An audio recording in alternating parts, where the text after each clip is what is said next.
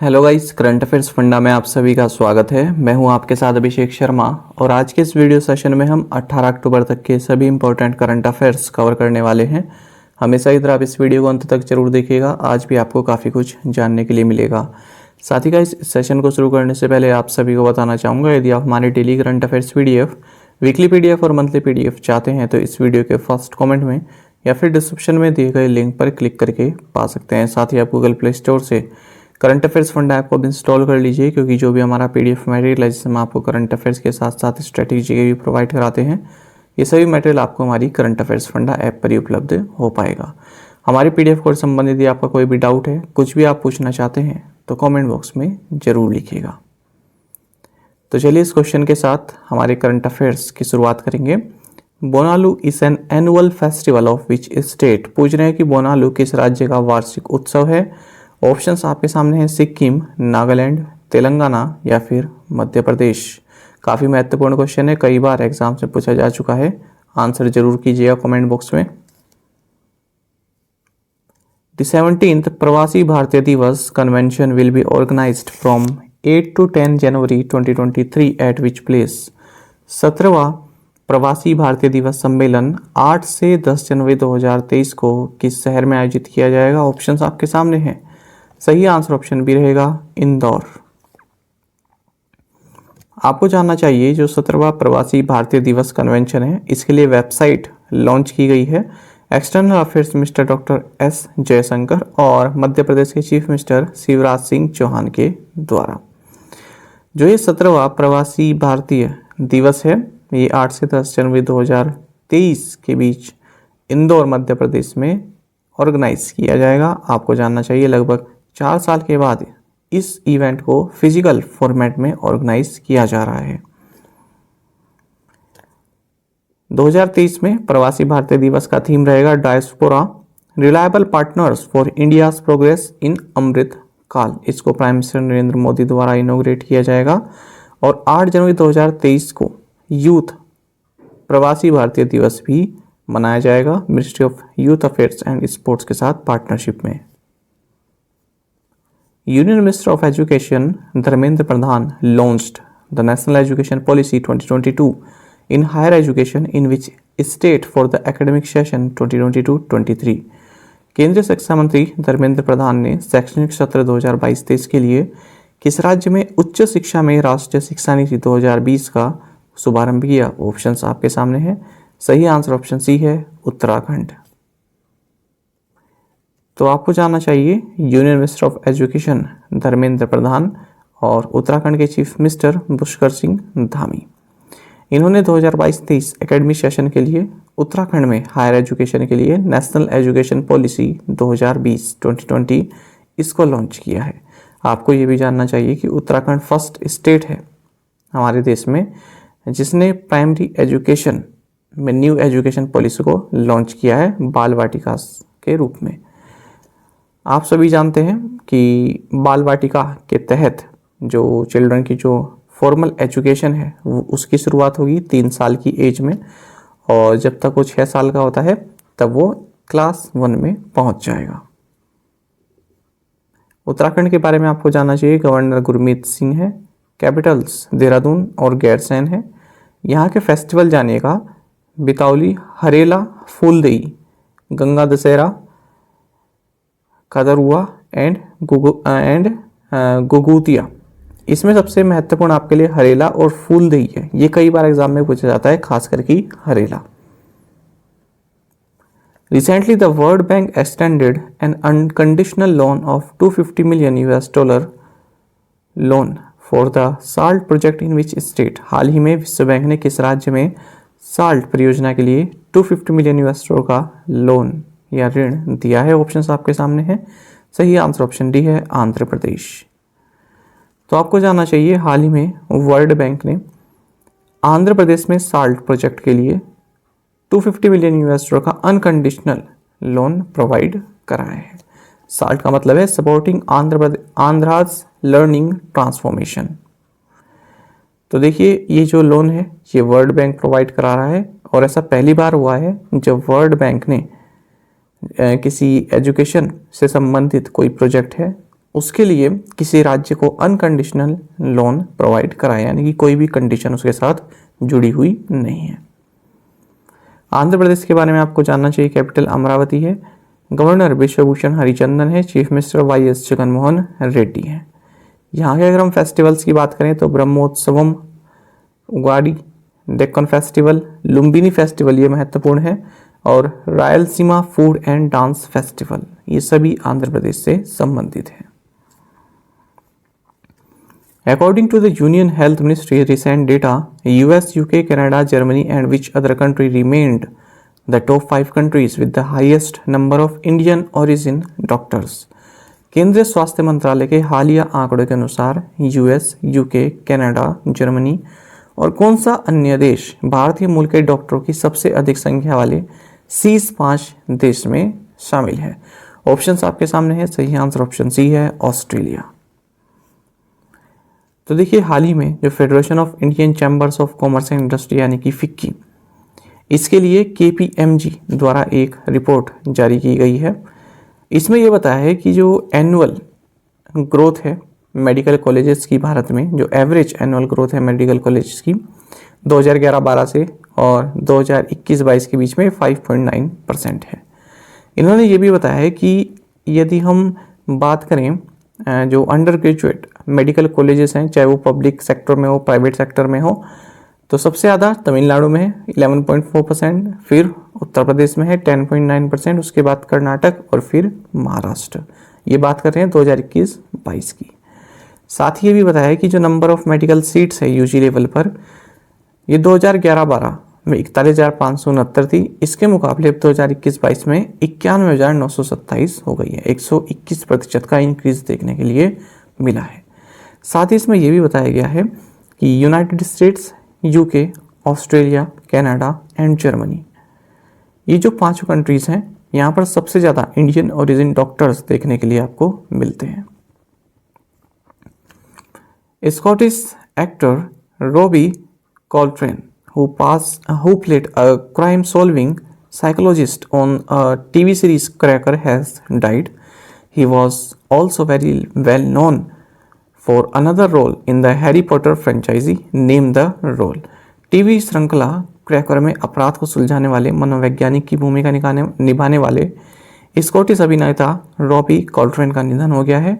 वह Harry Potter franchise में एक और भूमिका के लिए भी जाने जाते थे। इस भूमिका का नाम बताइए। ऑप्शंस आपके सामने है। सही आंसर ऑप्शन बी रहेगा, रोबियस हैग्रिड। तो देखिए, रॉबी कॉल्ट्रेन स्कॉटलैंड के हैं, ये स्कॉटलैंड के थे, कॉमेडियन रहे, एक्टर रहे, और जो कि एक टीवी सीरीज क्रैकर में अपने रोल के लिए जाने जाते हैं, क्राइम सॉल्विंग साइकोलॉजिस्ट के रोल में, और साथ ही जो हैरी पॉटर सीरीज है उसमें हैग्रिड का किरदार भी इन्होंने निभाया है। तो इनका हाल ही में 72 वर्ष की उम्र में निधन हो गया है। और 1990 में इनको evening standard British film award दिया गया। 2011 में इन्हें ब्रिटिश एकेडमी स्कॉटलैंड अवार्ड्स भी दिए गए। Which Kannada film won the New Currents Award at the 2022 Busan International Film Festival, South Korea?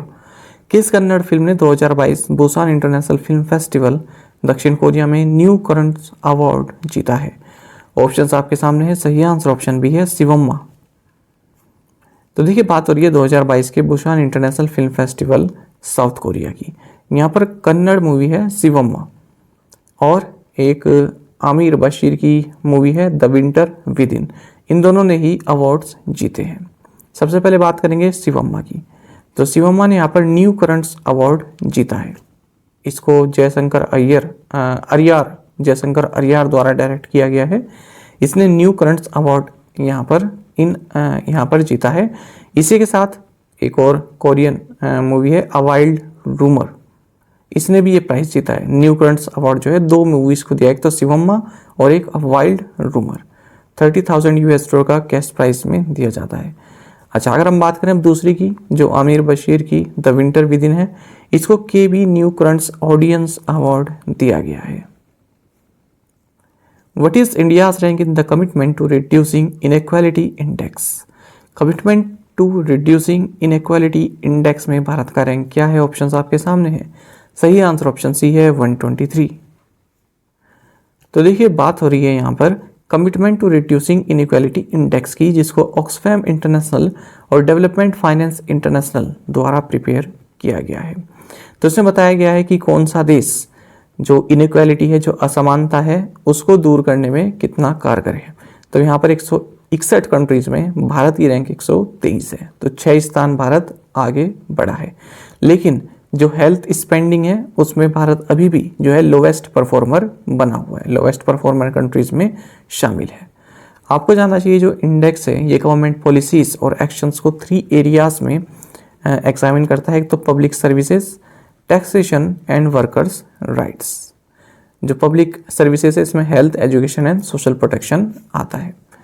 तो इसमें ये बताया गया है कि जो 161 कंट्रीज हैं, कोविड-19 के जो पहले के 2 साल रहे उसमें किस तरह से गवर्नमेंट ने कार्य किया है उसके हिसाब से रैंक किया गया है।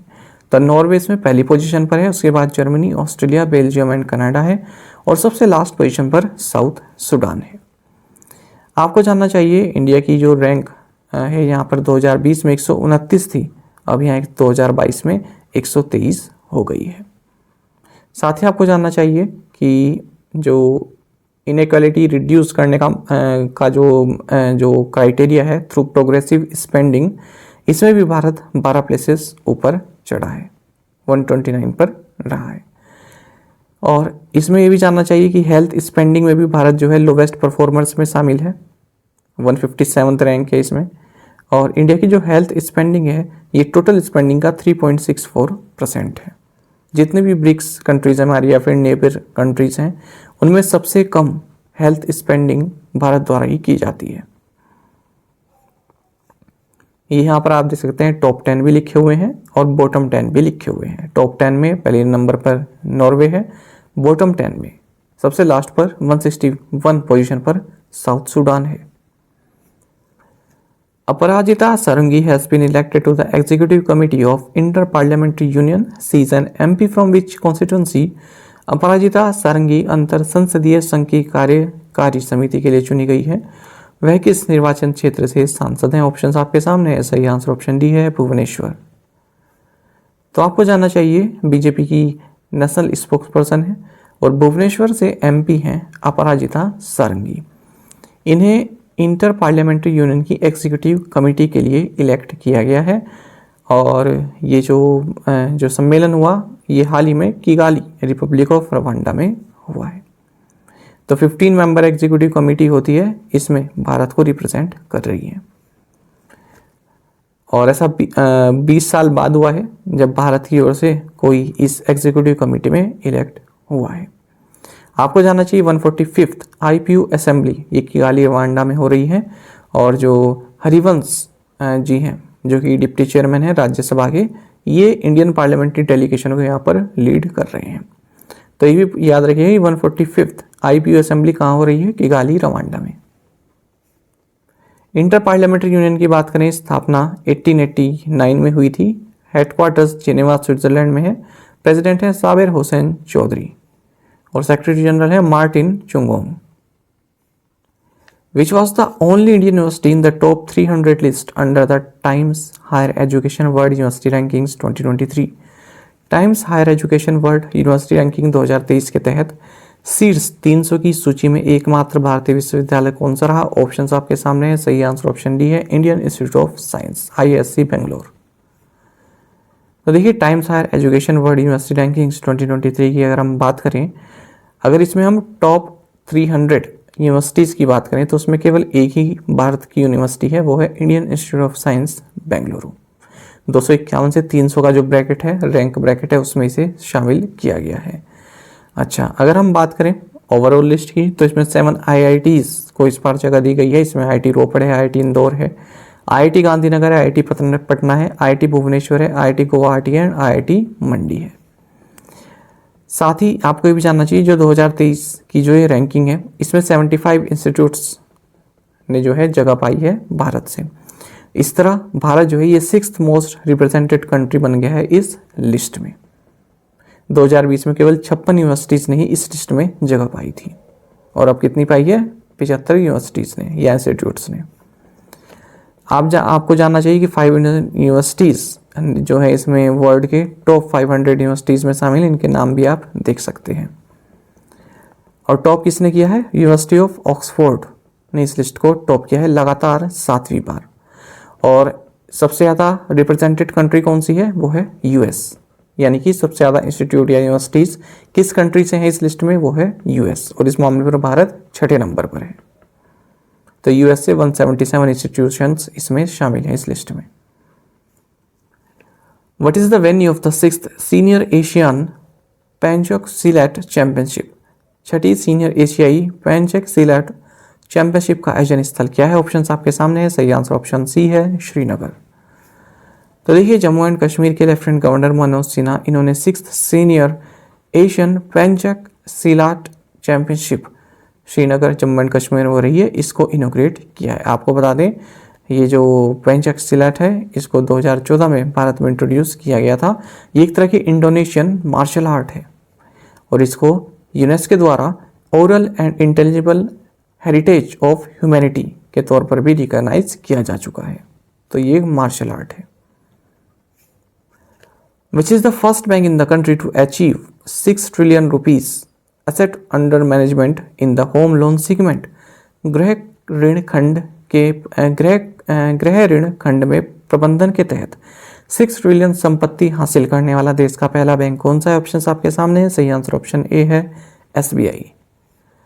तो देखिए, स्टेट बैंक ऑफ इंडिया ने होम लोन्स के तहत असेट अंडर मैनेजमेंट में 1 ट्रिलियन रुपीस ऐड किए हैं पिछले 18 महीनों में।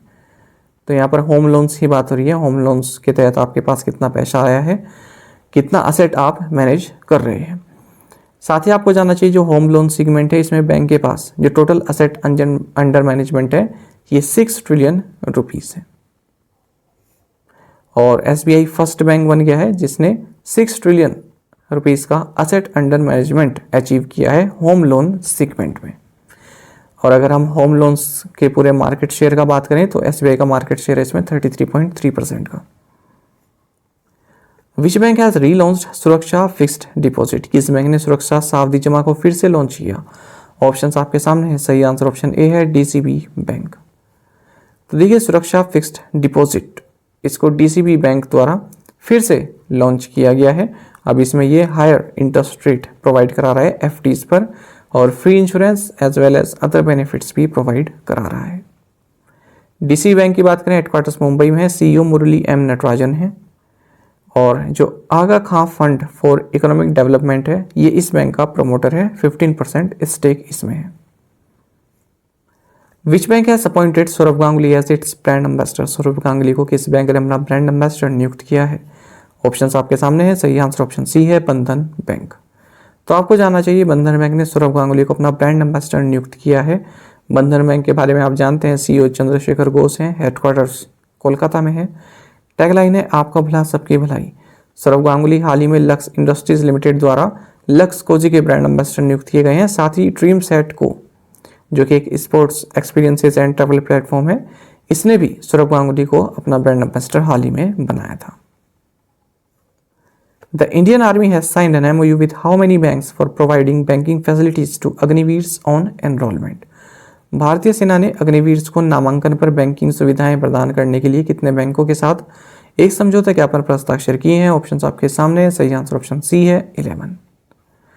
तो देखिए, इंडियन आर्मी ने यहाँ पर 11 बैंक जिनमें कि SBI, PNB, bank of Baroda, IDBI, ICICI, HDFC, axis bank, yes bank, Kotak Mahindra bank, IDFC, first bank, बंधन बैंक, इन सभी के साथ एमओयू साइन किया है ताकि जो अग्निवीर हैं वो यदि वो एक बार जब इनरोल कर लें तो उनको बैंकिंग फैसिलिटीज़ प्रोवाइड कराई जाएंगी। आपको जानना चाहिए, जो ये अग्निवीर सैलरी पैकेज है ये डिफेंस सैलरी पैकेज के ही बिल्कुल सिमिलर है। साथ ही इसमें जो बैंक्स हैं वे सॉफ्ट लोन्स भी प्रोवाइड कराएंगे अग्निवीर्स को। India and which of the following have agreed to collaborate on zero emission vehicles? Bharat और इनमें से कौन शून्य उत्सर्जन वाहनों पर सहयोग करने के लिए सहमत हुए हैं? ऑप्शंस आपके सामने है। सही आंसर ऑप्शन सी है, कैलिफोर्निया। तो देखिए, भारत ने यहाँ पर एक एमओयू साइन किया है कैलिफोर्निया के साथ for research and innovation in the field of zero emission vehicles, JEV। तो इसके तहत जो यूनिवर्सिटी ऑफ कैलिफोर्निया है, research institute Davis institute of transportation studies हैं, इन्होंने मिलकर भारत में zero emission vehicle ZEV research centre स्थापित किया है। Who is the author of the book titled pandemic disruptions and Odisha's lessons in governance? Pandemic disruption and Odisha's lesson in governance नामक पुस्तक के लेखक कौन है? सही आंसर ऑप्शन माफ कीजिएगा, सही आंसर ऑप्शन ए है अमर पटनायक। ये गलती से नवीन पटनायक लिखा गया है, सही आंसर ऑप्शन ए है अमर पटनायक। तो देखिए चीफ मिनिस्टर नवीन पटनायक, इन्होंने एक बुक लॉन्च की है जिसका टाइटल है pandemic disruptions and Odisha's lessons in governance. इसको राज्यसभा के जो MP हैं डॉक्टर अमर पटनायक, इनके द्वारा लिखा गया है। India's forex reserves for the week ended October 7 stand at 7 अक्टूबर को समाप्त सप्ताह तक भारत का विदेशी मुद्रा भंडार 532.868 बिलियन US डॉलर का रहा है। Option A is the right answer. तो देखिए इंडिया का जो फॉरेक्स रिजर्व है ये 204 मिलियन से जो है बढ़ा है और 532.868 बिलियन US डॉलर पहुंच चुका है 7 अक्टूबर तक। फॉरेन करेंसी एसेट्स में डिक्रीज देखने के लिए मिला है, ये 471.496 बिलियन US डॉलर रहा। STRs में इंक्रीज देखने के लिए मिला है, ये 17.582 बिलियन US डॉलर रहा। और reserve position of India with IMF ये भी इंक्रीज देखने के लिए मिला है 4.836 बिलियन US डॉलर। साथ ही ओवरऑल रिजर्व्स जो हैं इनमें ड्रॉप देखने के लिए मिला है 4.854 बिलियन का, और कितने हैं ये 532.664 बिलियन US डॉलर्स।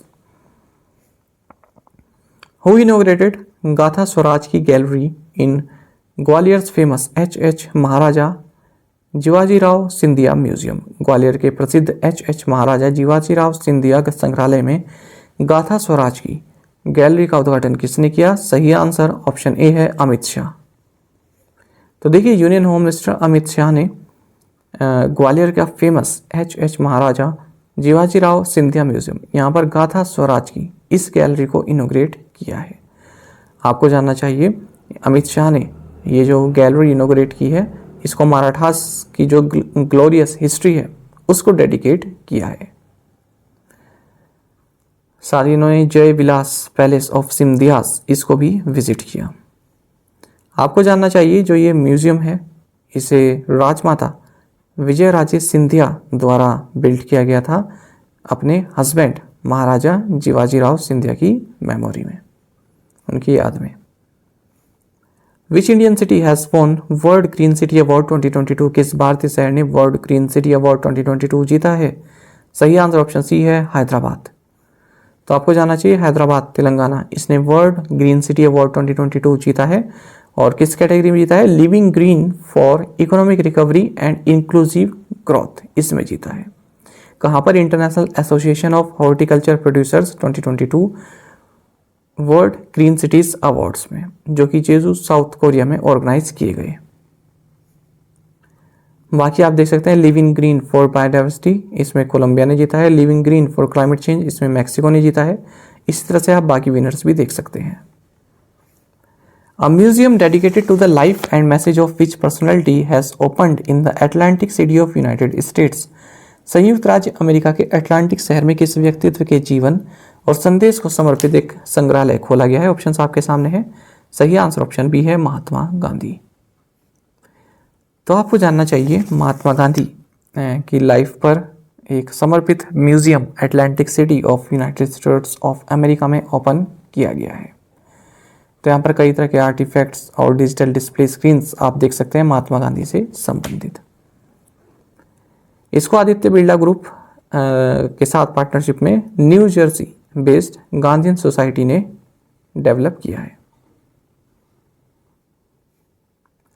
चलिए प्रीवियस असाइनमेंट क्वेश्चंस के आंसर देखेंगे। When is the international e waste day celebrated? Answer होगा 14 अक्टूबर। इसका स्लोगन राइज पर recycle it all no matter how small. The 195 member Interpol was set up in which year? Answer is 1923. How many seats does the Himachal Pradesh Assembly have? 68. What does Article 324 of the Indian Constitution pertain to? Answer is elections.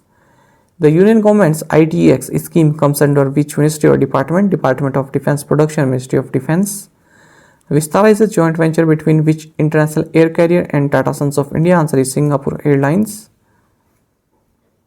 October 15 is celebrated as World Students Day to commemorate the birth anniversary of APJ Abdul Kalam. और आप में से कई students ने बिल्कुल सही answer दिया है, इसी तरह से पार्टिसिपेट करते रहिए। In June 2022, India and which country launched a joint Commonwealth Diplomatic Academy program? Answer है यूनाइटेड किंगडम। चलिए आज के असाइनमेंट क्वेश्चंस देखेंगे।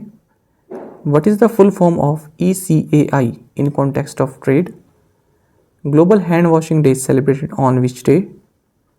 Which country's veteran historian Satya Mohan Joshi passed away recently? Parth Satpathy appointed as the next ambassador of India to which country? Apurva Srivastava appointed as the next ambassador of India to which country? Which international cricket team is the only team to have won the ICC T20 World Cup twice? In which year did Chinese President Xi Jinping first become the head of China's Communist Party? A new species of which mammal has been found recently by scientists from the Zoological Survey of India, Kolkata, on the island of Narcondam, Andaman and Nicobar Islands. तो इन सभी questions के answer आपको हमें comment box में provide कराने हैं। यदि आपको एक क्वेश्चन का आंसर भी आता है तो भी आप हमें कमेंट बॉक्स में बता सकते हैं। साथ ही करंट अफेयर्स फंडा को आप टेलीग्राम पर भी ज्वाइन कर लीजिए। यहाँ पर रेगुलर वीडियो अपडेट्स हम आपके साथ डिस्कस करते रहते हैं। साथ ही डिस्कशन ग्रुप में आप किसी भी क्वेश्चन का सोल्यूशन पा सकते हैं। दोस्तों, यहाँ पर हमारे करंट अफेयर्स की प्लेलिस्ट दी गई है, इसको आप जरूर देखें। अपने दोस्तों के साथ, फेलो एस्पिरेंट्स के साथ हमारे करंट अफेयर्स को शेयर जरूर करें। आज का सेशन आपको कैसा लगा कमेंट बॉक्स में जरूर बताइएगा। Thank you guys.